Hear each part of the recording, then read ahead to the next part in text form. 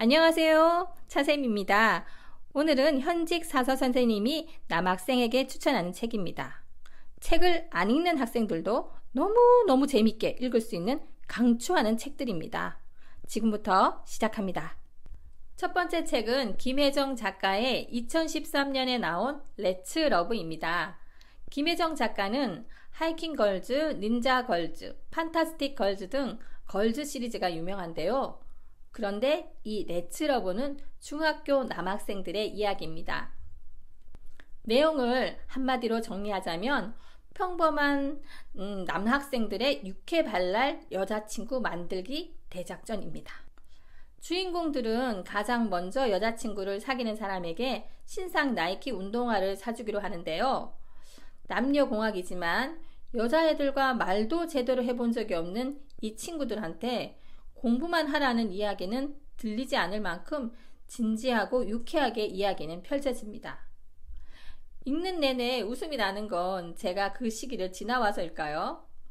공부만 하라는 세상에서 이성 친구는 오아시스 같은 존재입니다. 어떻게 공부만 하라고 하겠어요?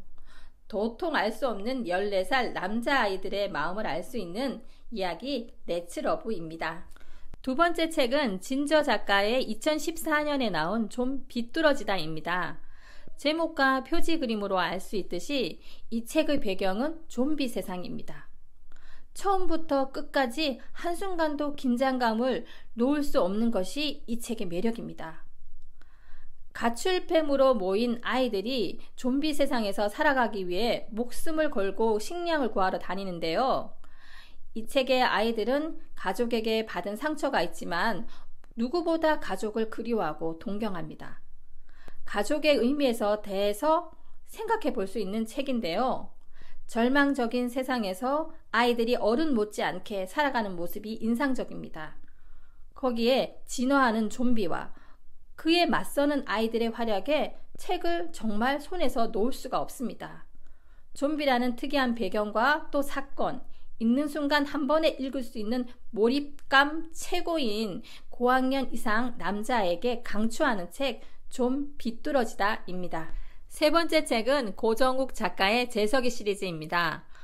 청소년 소설을 읽다 보니 여성 작가의 여학생 이야기들은 정말 많은데 남학생 이야기는 많지가 않았습니다. 하지만 이 재석이 시리즈는 50만 부가 넘게 팔린 한국적인 청소년 소설이라는 평가를 받는데요. 초등학교 도서관에서부터 중고등 도서관에까지 있는 아이들이 정말 잘 읽는 책입니다. 남자아이들은 독서를 멀리하고 게임이나 운동에 빠져 있는 경우가 많은데요. 아이들 얘기를 들어보면 이 두 가지를 잘하면 남자 또래에서는 인기 최고라더군요. 이 재석이 시리즈는 학교폭력, 이성문제, 외모지상주의, 게임 등 아이들과 가까이 있는 소재를 담고 있어서 독자인 청소년 등이 편하게 읽을 수 있는 성장소설입니다.